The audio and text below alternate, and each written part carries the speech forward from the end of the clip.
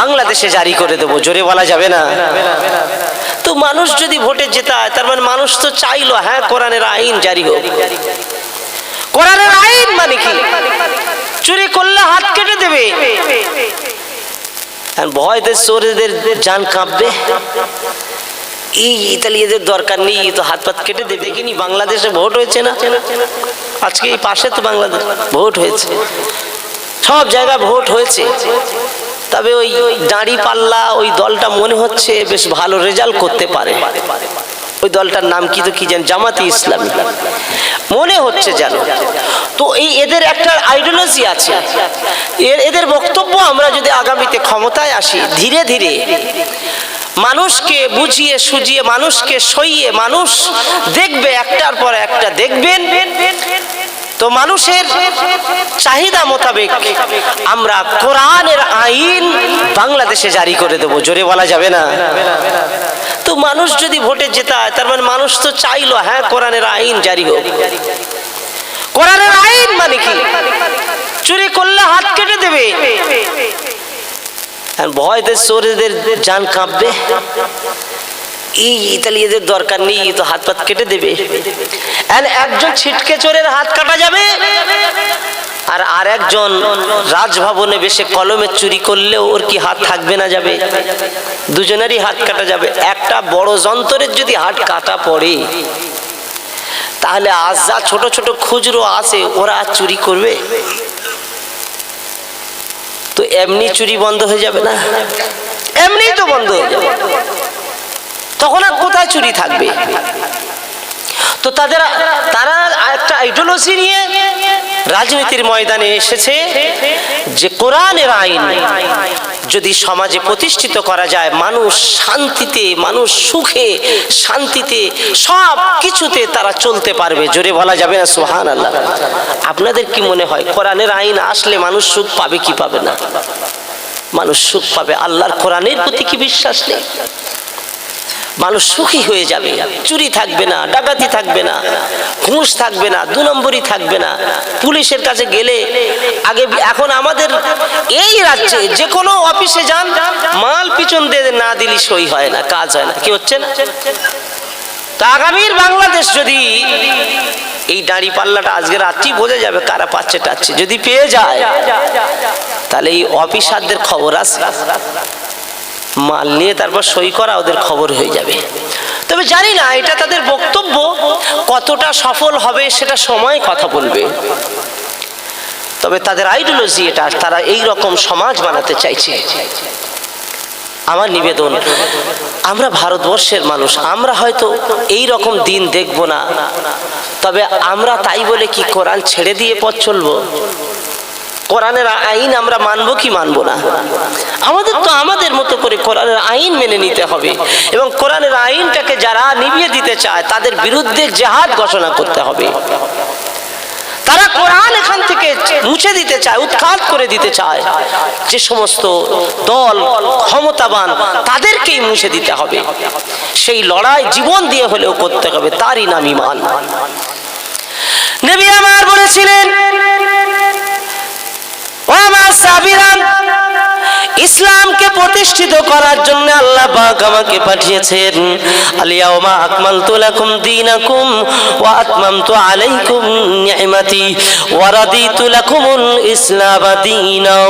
আমার আল্লাহ পাক আজ বিদায় হজে লক্ষাধিক মানুষের সমাগমে আল্লাহ কোরআন নাজিল করেছেন, খুশির খবর, খুশির আনন্দের খবর।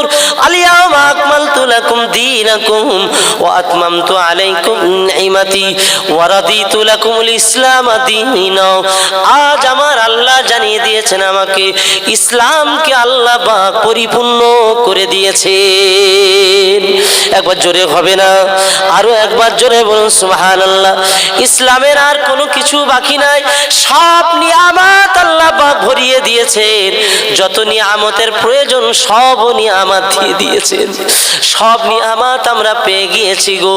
ওয়া রাদিতু লাকুমুল ইসলাম দীনা।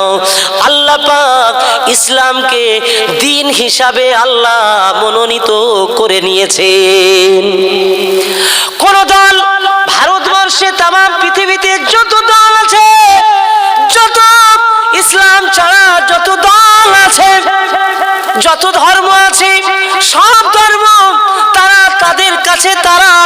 ধর্মের প্রচার করে ধর্মের সুনাম গাইতে পারে, কিন্তু আমার আল্লাহর কাছে কোনো ধর্মের মর্যাদা নাই।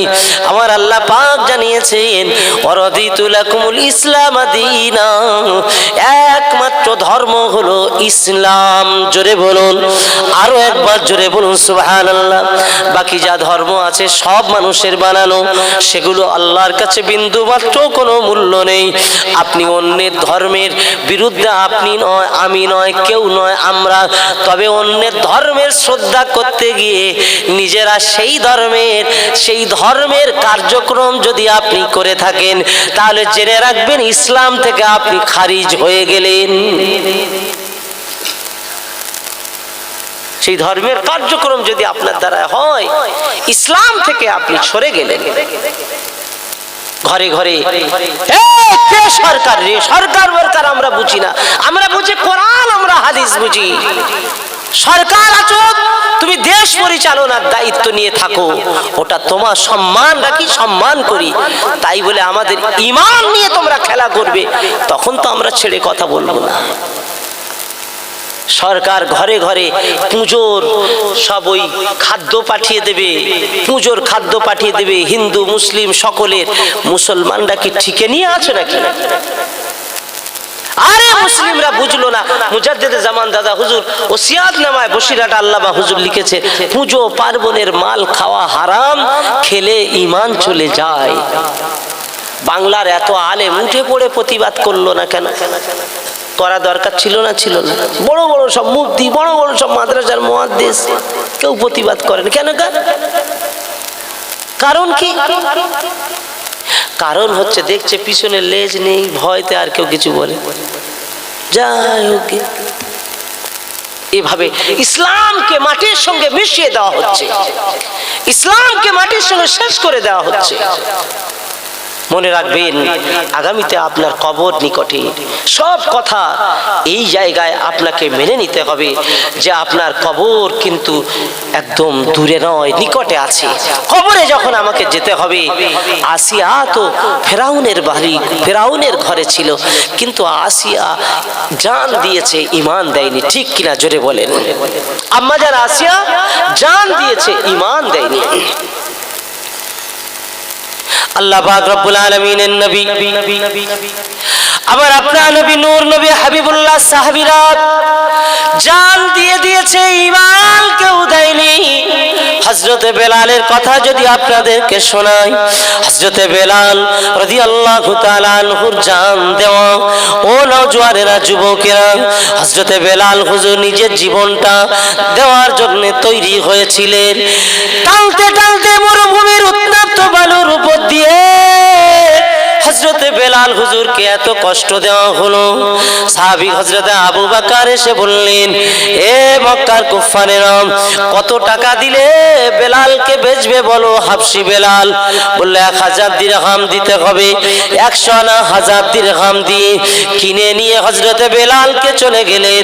দামে বিক্রি করে দিয়েছে বেলাল, কিন্তু হাবশী বেলাল দাম তো এমন নাই, কিন্তু দামে বিক্রি করে দিল। হযরতে আবু বকর হুজুর আমার বেলালকে নিয়ে চলে গেলেন নবীর দরবারে। আল্লাহর হাবিব বলেছিলেন, ও বেলাল, কত কষ্ট পেতে হয়েছে তোমার। আমি রাসূলুল্লাহ আমার উপরে ঈমান আনার কারণে, আমাকে বিশ্বাস করার কারণে কত কষ্ট পেতে হয়েছে বেলাল। বেলাল ওই সময় বলেছিলেন, ইয়া রাসূলুল্লাহ, হাবিবাল্লাহ, কষ্ট ওরা আমাকে দেওয়ার চেষ্টা করেছে, কিন্তু যখন ওরা আমাকে টেনে টেনে নিয়ে যেত, ওরা আমার বুকের উপরে পাথর বসিয়ে দিত, ওরা আমার জিভটা টেনে বার করে জিভে, আমার জিভ মোবারকে আমার জিভের উপরে যখন কাঁটা ফুটিয়ে দিত, ইয়া রাসূলুল্লাহ, হাবিবাল্লাহ, ওই সময় আহাদ আহাদ করার আমি চেষ্টা করতাম, আর আমার নাকেতে জান্নাতের যেন সুগন্ধি আমি পেতাম। জোরে হবে না? সাহাবীরা এভাবে নিজেদের জীবনকে উৎসর্গ করার জন্য তারা চেষ্টা করেছিলেন যে সব যাবে যাবে, ঈমানটা যেন না যায়। কি এমন জীবনের কতটা কষ্ট আমি আপনি পেলাম, না কষ্ট পাওয়ার মতো সেই সময়টুকু তো আমরা দিইনি। আমাদের কষ্ট হলো না আরামের জিন্দেগিতে, অন্যায় অপরাধে জীবন ভরিয়ে তুলেছি। মনে রেখে দিন না, আমার নবী হাবিবুল্লাহ বললেন অন্যায় অপরাধীদের সাথে হইও না। তোমার জীবনের দুশ্মনের বিরোধিতা তুমি করো, তোমার জীবনে তোমার দুশ্মনকে বিরোধিতা করো যদি তুমি ধন্য হতে চাও। আমরা আমাদের দুশ্মনকে একবার চিনে নেব। আজকের এই গভীর রাতে বসে আপনার দুশ্মনকে আপনি কি জানেন? আল্লাহ পাক কোরআনে বলেছেন দুশ্মন হলো শয়তান, ইবলিস। ইবলিস দুশ্মন কি দুশ্মন না? ইবলিস আজাজিল দুশ্মন, সে ওয়াসওয়াসা দিয়ে খারাপ কাজের দিকে নিয়ে যায়। আল্লাহ পাক বললেন আর একজন দুশ্মন আছে তোমার বন্ধু, সে জানো মিনাল জিন্নাতি ওয়ান নাস, মানুষের ভিতরে আর শয়তানের ভিতরে একটা তফাৎ আপনাকে আজকে শুনিয়ে দিই। মানুষ আর শয়তানের একটা তফাৎ হলো, শয়তান অন্যায় কাজ করায় না, শয়তান অন্যায় কাজের ওয়াসওয়াসা দেয়। সে বলে এইটা করো ভালো হবে, ওইটা করো আনন্দ পাবে।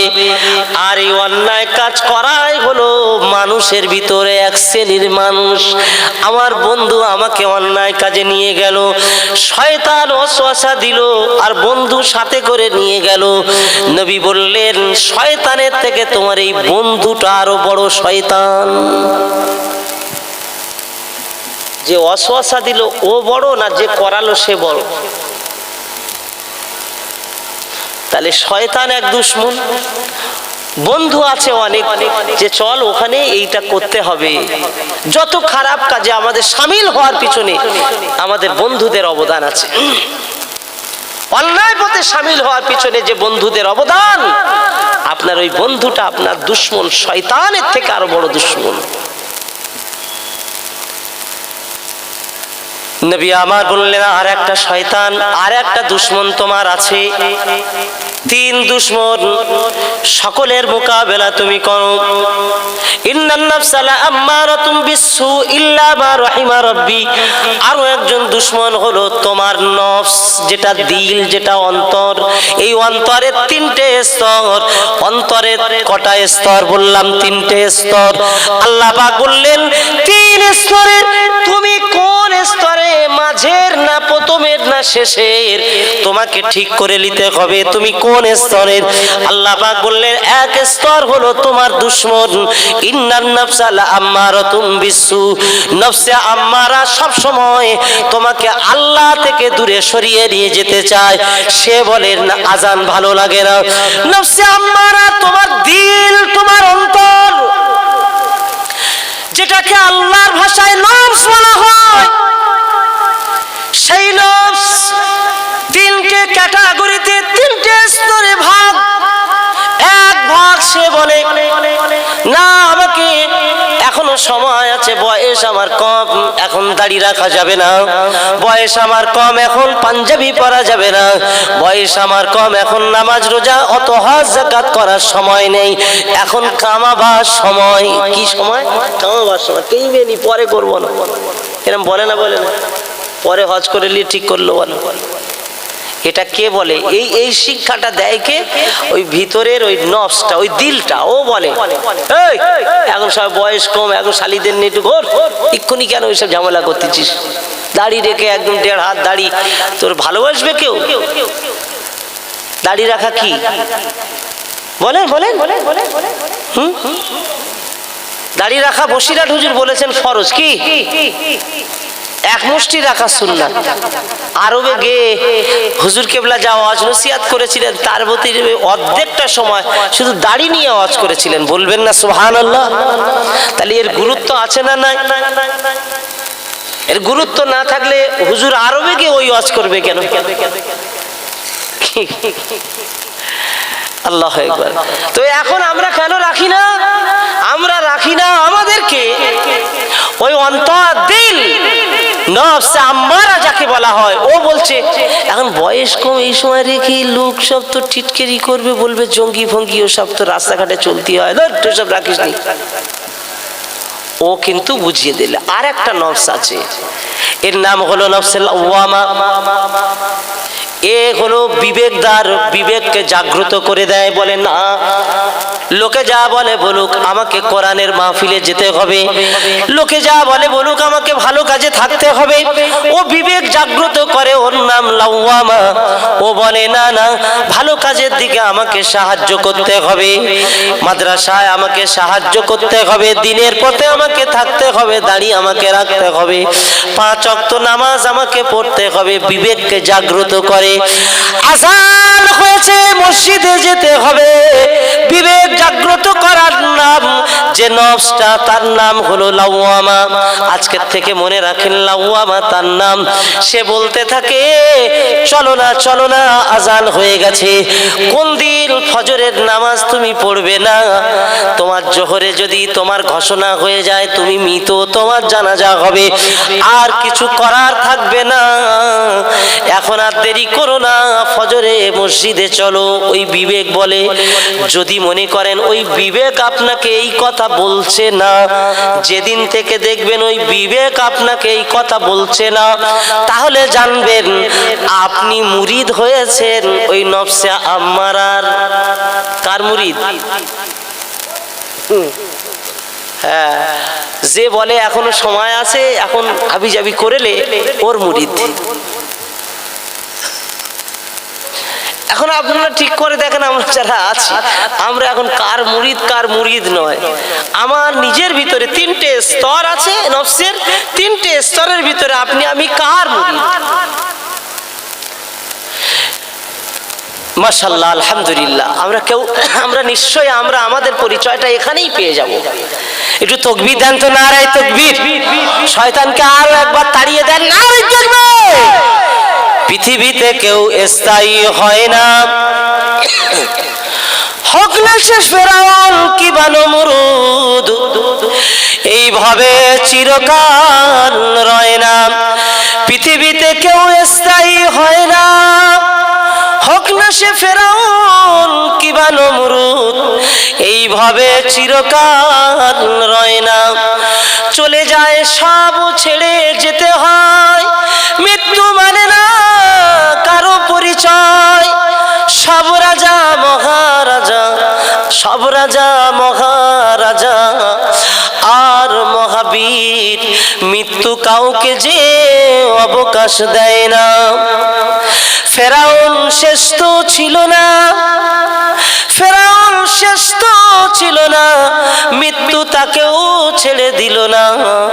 পড়ে আছে তার সব স্মৃতিচিহ্ন, তার সব স্মৃতিচিহ্ন, তার ঘরে কেউ তো রয় না। আল্লাহু আকবার।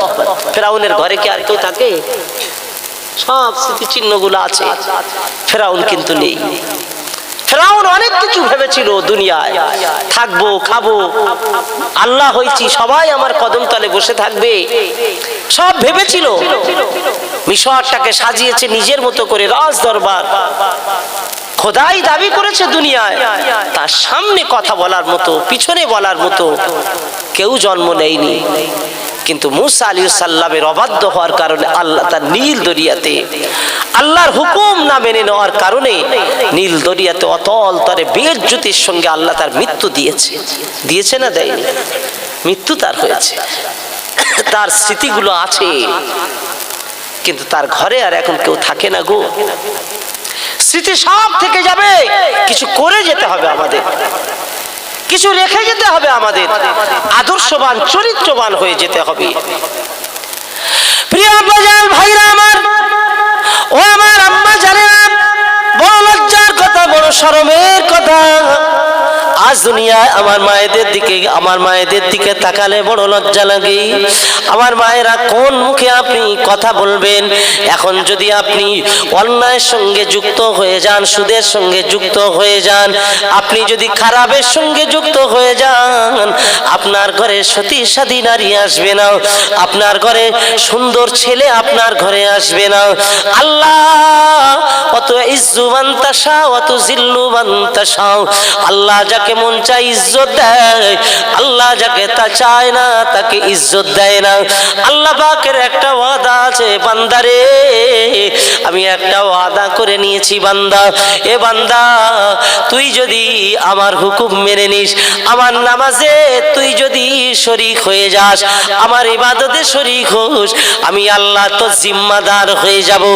আর যদি তুই আমার হুকুম থেকে দূরে সরে চলে যাস, আমার নামাজটা তোর যদি ভালো না লাগে, আমি আল্লাহ পাক তোর জিম্মা আর থাকবো না।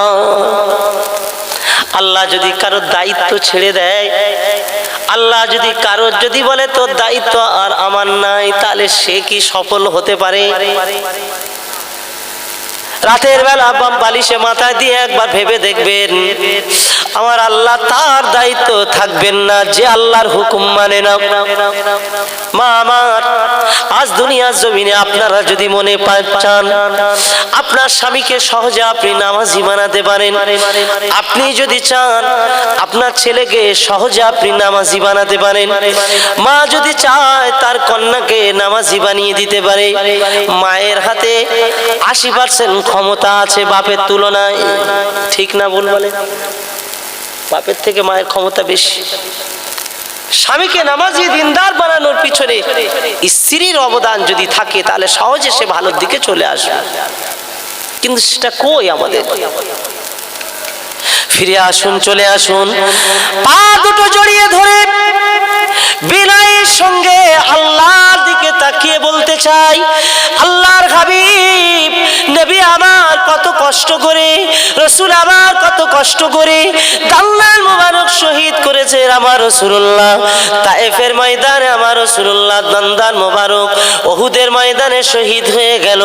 তায়েফের মানুষেরা কত না ইজ্জতহানি করলো, আমার হাবিবুল্লাহ শরীর থেকে রক্ত ঝরিয়ে দিল, আল্লাহর হাবিবের গলায় ফাঁস লাগিয়ে দিল, আমার নবী পাককে কাবার চাতালে কতটা বেইজ্জতি করলো। আল্লাহর হাবিবের কত ইজ্জতহানি করেছে, কত কষ্ট দিয়েছে আমার রাসূলুল্লাহকে, আমার নবী তবুও তিনি হাল ছেড়ে দেননি। আল্লাহর হাবিব উম্মতে মুহাম্মাদের জন্য সব কিছু দিয়ে তিনি চেষ্টা করেছেন, আমার উম্মতদেরকে আমি বড় ভালোবাসি, ও আমার উম্মতেরা আমি রাসূলুল্লাহ তোমরা আমাকে ভালোবেসে নাও, আমাকে মহাব্বত করে নাও। আমি রাসূলুল্লাহ জানিয়ে দিলাম আমাকে যারা মহাব্বত করে, আল্লাহ রাসূলের দরবারে এক সাহাবী এসে বলছেন, ইয়া রাসূলুল্লাহ, ইয়া হাবিবাল্লাহ, হুজুর কিয়ামত কবে হবে? ইয়া রাসূলুল্লাহ কিয়ামত কবে হবে? আল্লাহর হাবিব বললেন, কিয়ামতের জন্য কি অর্জন করেছো বলো? হুজুর আমার বললেন, কিয়ামতের জন্য কি তুমি কামাই করেছো বলো? সাহাবী উত্তর দিলেন, ইয়া রাসূলুল্লাহ, কিয়ামতের জন্য আমার কাছে এমন কিছু মওজুদ করতে পারিনি, তবে আমি কিয়ামতের জন্য আল্লাহ রাসূলকে ভালোবেসে নিয়েছি। একবার জোরে হবে না? আরো একবার জোরে বলুন সুবহানাল্লাহ। হুজুরকে ভালোবেসে নিয়েছেন। হুজুর আমার বলেছিলেন, ও আমার সাহাবীরা, যারা আমাকে ভালোবেসে নিতে পারে আল্লাহ পাক রব্বুল আলামিন তিনি আর কিছুই দেখবেন না। হাসরের ময়দানে আমার ভালোবাসার কারণে আল্লাহ পাক রব্বুল আলামিন তাকে বিনা হিসাবে আমার সঙ্গে জান্নাতি বানিয়ে দেবেন। মন চায় নাকি আমার হুজুরকে ভালোবাসবো? আল্লাহর হাবিবকে একবার মানজারানি ফি কবরি ফাকান্নামা জারানি ফি হায়াতি, আল্লাহর হাবিব বলেছেন, আমার কবর মোবারক যারা জিয়ারত করলো তারা যেন আমাকে দেখে নিল। আল্লাহর হাবিব বললেন, জানো রওজাতুম মির রিয়াজুল জান্নাহ, আমার রওজাটা হলো জান্নাতের অংশ। আরো একবার জোরে বলুন সুবহানাল্লাহ। নবী আমার বললেন, ও আমার সাহাবীরা, আল্লাহ আমার সাহাবীরা জানো, আমি রাসূল আমাকে কেউ যদি আমার ইন্তেকালের পরে আমাকে স্বপ্নে দেখে নিতে পারে, আল্লাহ পাক রব্বুল আলামিন আমাকে দেখার বিনিময় তার জীবনের সার্টিফিকেট দিয়ে দেবেন জান্নাতি বলে। কারা কারা দেখেছি আমরা বলেন? কারা কারা দেখেছি বলেন? আমরা যা আছি এখানে বড় ধনী মানুষ এখানে বসে আছেন অনেকেই, টাকার বিনিময়ে নবীকে দেখা গেছে। অর্থের বিনিময়ে নবীকে দেখা গেছে। কে আমরা পেয়েছি? জান্নাতের সার্টিফিকেট তো দেখলেই পাওয়া যায় দুনিয়ায়। হয়তোবা এর মধ্যে অনেকেই আছেন, দেখেছেন, তিনি তো বলবেন না, তবে সেই সংখ্যাটা বেশি না কম? কম তো, সংখ্যা তো কম। জাহান্নামের ভয় কেন লাগলো না? হুজুর আমার মদিনার মসজিদে নববী, হুজুর বসে রয়েছেন মসজিদে নববীতে, জিবরাইল আমিন আসলেন আল্লাহর হাবিবের দরবারে এসে ঠকঠক করে কাঁপতে লেগেছেন। আসসালাতু ওয়াসসালামু আলাইকা ইয়া রাসূলুল্লাহ। আল্লাহর হাবিব সালামের উত্তর দিয়ে বললেন, ইয়া আখি জিবরাইল, কি হয়েছে ভাই, ঠকঠক করে কাঁপো কেন? জিবরিল আমিন বললেন, ইয়া রাসূলুল্লাহ, ইয়া হাবিবাল্লাহ, হুজুর এই মাত্র আমি জাহান্নাম দেখে এসেছি। জাহান্নামের ভয়াবহতা আমাকে আতঙ্কিত করেছে ইয়া রাসূলুল্লাহ, হাবিবাল্লাহ, তাই আমার চোখ দিয়ে পানি আসে। দরুদ শরীফ আল্লাহুম্মা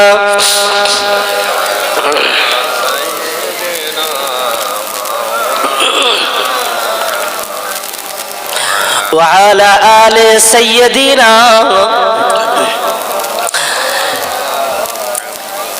আল্লাহর হাবিব বললেন, ইয়া আখি জিবরাইল, জাহান্নামকে কেমন দেখেছো বলো না? বলি, ইয়া রাসূলুল্লাহ, জাহান্নাম বড় ভয়াবহ জায়গা। আমি জাহান্নামকে দেখলাম।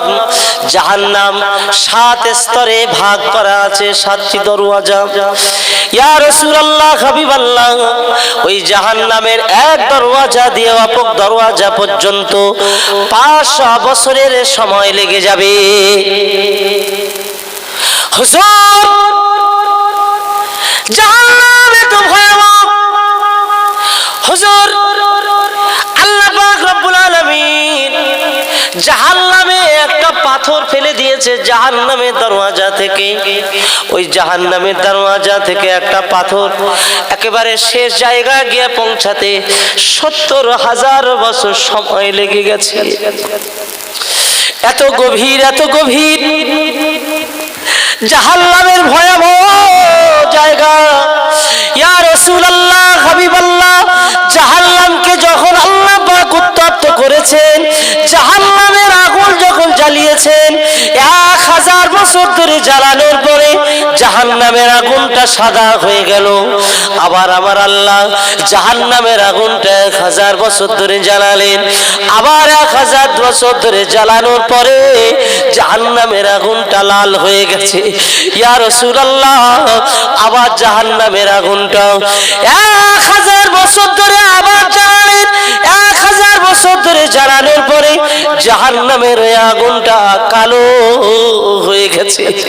হুজুর, আমার এতটা কালো হয়ে গেছে, জাহান্নামের আগুনটা এত কালো, কোন একজন মানুষ জাহান্নামের নিকটে, জাহান্নামে একজন জাহান্নামী আর একজন জাহান্নামী মাঝখানে যদি 1 আঙুল পরিমাণ জায়গা থাকে, একজন আর একজনকে জাহান্নামে